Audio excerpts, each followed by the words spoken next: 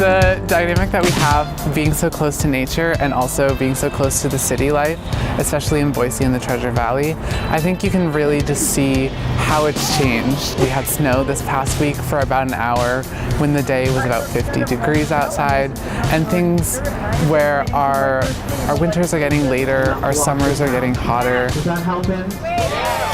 Globally, there are more wildfires, deserts are getting drier, our reefs are being bleached and dying rapidly, and that means that our food sources are dwindling. There are so many communities that are so vulnerable to it and are being affected now and will continue to only escalate that negative impacts of climate change in the future.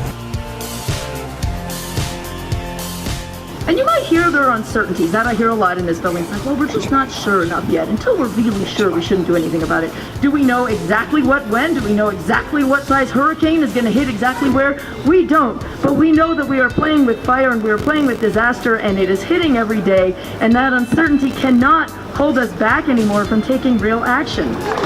But unfortunately right now, we have a government that is moving in the exact wrong direction. They terminated the Clean Power Plan. They got rid of clean vehicle emissions. The latest budget that was just released 2 days ago from the Trump administration includes massive cuts to renewable energy programs. We pulled out of the Paris Climate Agreement. We're now the only nation in the world that's not a member of the Paris Climate Agreement.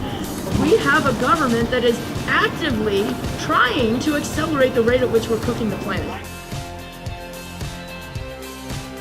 On a local level, we need to be working with our legislators to create those goals that we can work on in Boise and in Idaho, of building in more climate education in our K-8 system. There are so many things we can do on an individual level and a small scale just in our city or in our state, and then that can spread nationwide and set those larger goals.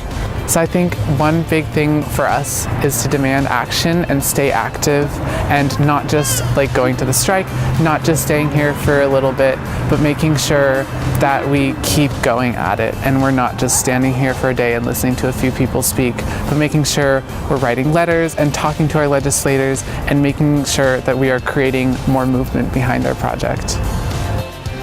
One economist projected that the economic cost to Idaho of climate change is going to be over $200 an acre, which is over $11 billion. That dwarfs our entire budget.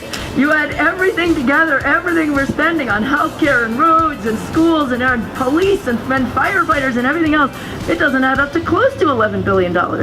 So those who think that this is an issue for the coasts and people, living in those areas that are going to see sea level rise, this is an Idaho issue that is going to very much affect our core quality of life and our economic well-being. So Idaho needs to step up to the plate.